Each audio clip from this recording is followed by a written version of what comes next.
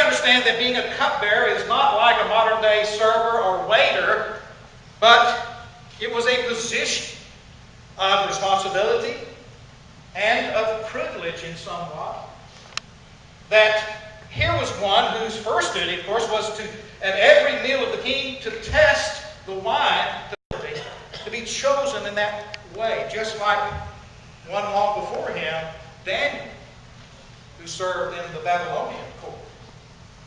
So here's Nehemiah, and he's far away from his homeland, and though there are still some Jews in Persia, we recognize from the record that there were many of those Jews who had been able to go back to their homeland over 100 years now before they had been allowed to return, and different groups had gone back.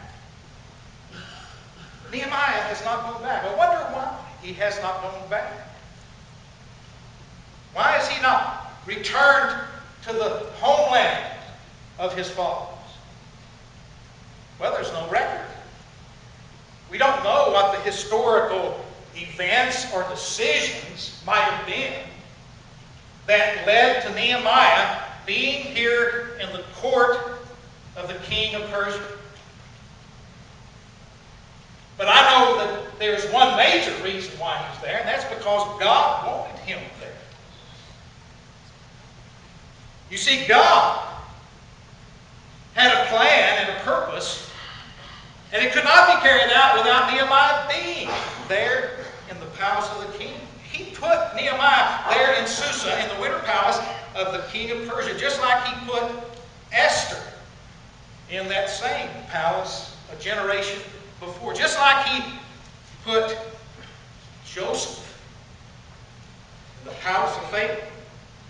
Just like he put Daniel there in the court of the kings of Babylon. You see, when God has a great work to be accomplished, then he has a way of preparing those special workers and getting them in the right place at the right time. And that's what, of course, he has done with Nehemiah. Now, when we see the story open here in Nehemiah chapter 1, you recall that his brother has come to visit with Nehemiah, his brother Hananiah, and along with a few others who have just returned from Jerusalem.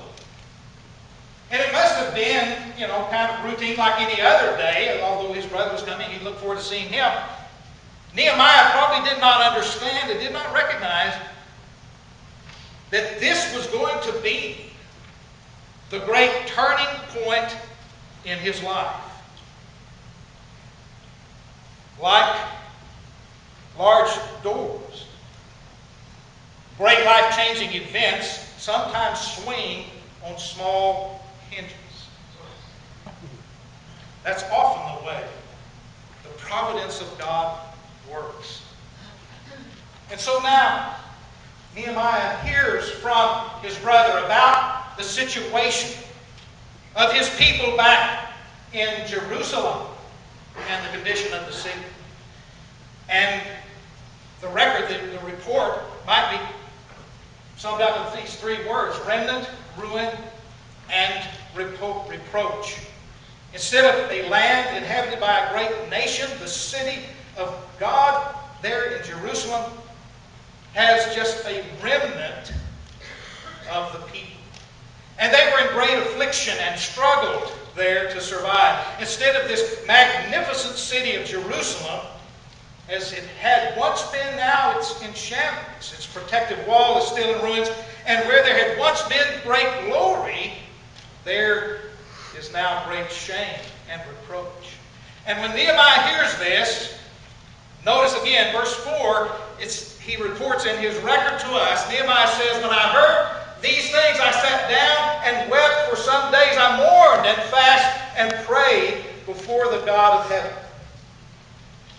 And I want to suggest to you, we see right here the makings of a great leader of God's people. I mean, he's basically an employee of the king. He's got a pretty important position, but he is not leading anybody. We don't know that this man can lead others, but we see immediately, I think, here evidence of his abilities, of his qualities that will make him a great leader.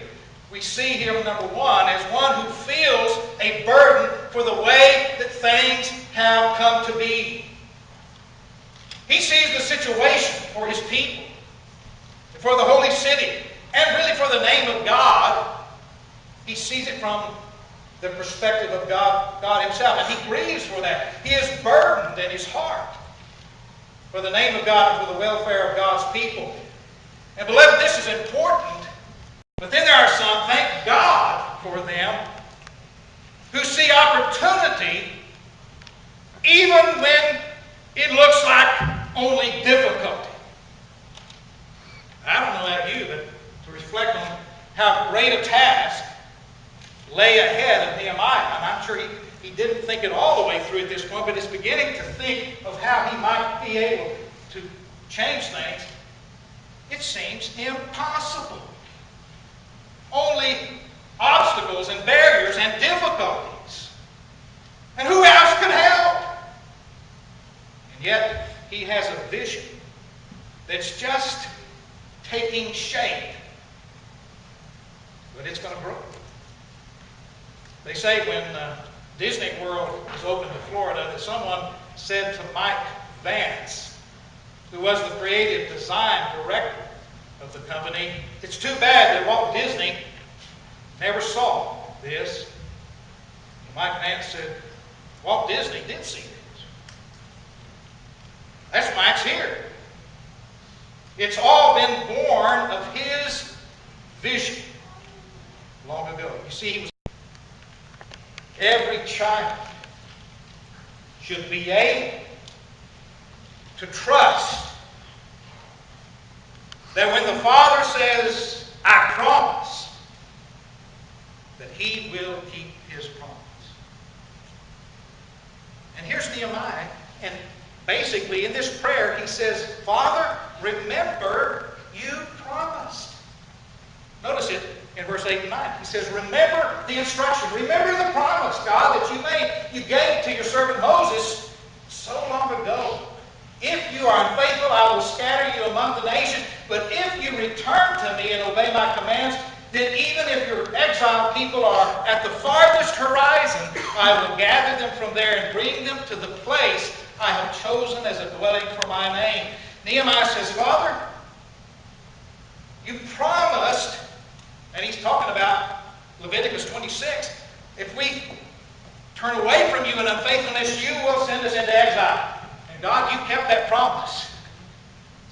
But you also promised, and that's Deuteronomy 30, that if we turn back to you in faith, that you will redeem us, you will rescue us, you will restore us with all that that means. And so here's Nehemiah. And he's coming to God, reminding God of the promise that he gave.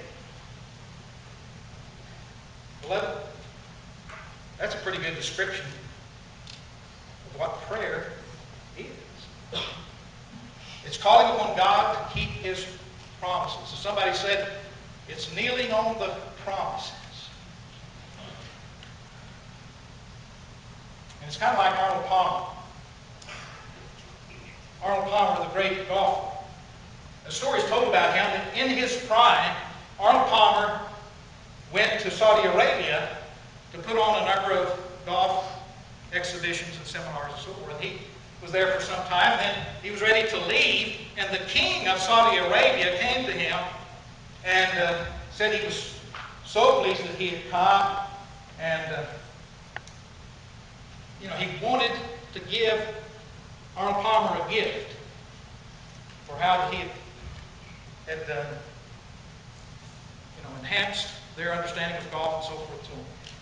Well, Arnold Palmer said, oh, no, that's not necessary. He says, I've just enjoyed the hospitality and being here, and you took good care of me while I was here in your country. No need for a gift. But the king persisted. And it kind of took Arnold Palmer off to a dart a little bit. He said, well, okay, you can give me a golf ball. And so he went back to his hotel room, getting ready to leave. In a little bit, a messenger came and knocked on his door and handed him a deed to a 300-acre golf club.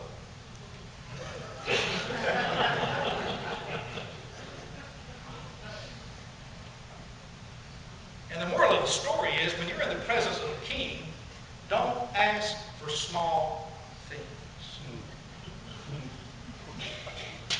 Nehemiah has boldness in his prayers, not just this one, but in future prayers, because he knows the promises of God.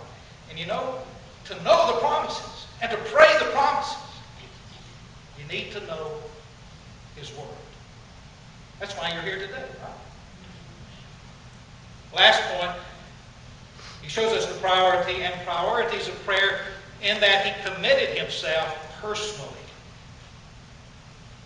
And the answer is, notice the last verse, verse 11. He goes on in his prayer and he says, O Lord, let your ear be attentive to the prayer of this your servant, and to the prayer of your servants who delight in revering your name. Give your servant success today in granting him favor in the presence of this man. What man? Well, he adds right there in his memoirs, I was cupbearer to the king. We get into the next chapter next week, we'll see it's the king that he's asking God to give him favor before that man. You see, he's ready now to take on the task. And as it unfolds, a very big task of being part of the answer, a major part of the answer of the prayer that he's praying. He says, God, use me. He committed himself personally in the answer to that prayer. Someone a long time ago said, you know, there are 10 two-letter words that can revolutionize a church. That can revolutionize the world. And those 10 two-letter words are, if it is to be, it is up to me. Now we know we have to add one larger part of the equation, and that is God. It ain't going to happen if it's not in God's will, if he's not with us. But beloved, God says, I'm going to do it through you. And we can't stand back on the sideline. We can't be like some people always grabbing the stool when the piano needs to be moved. We can't be like some who want to stand back and give advice and describe how it should be done, but when it's time to now do the work, they're nowhere to be found. Nehemiah was not like that. And as I look out at you, I recognize you're not like that either. Praise God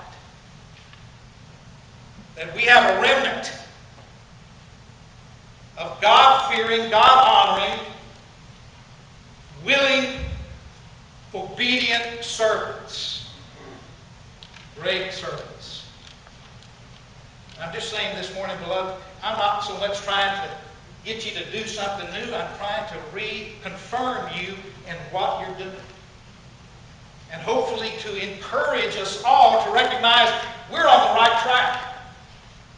As long as we make priorities not of just doing, but the first priority, taking it to God in prayer.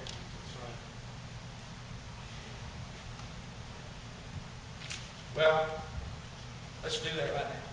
Would you bow with me?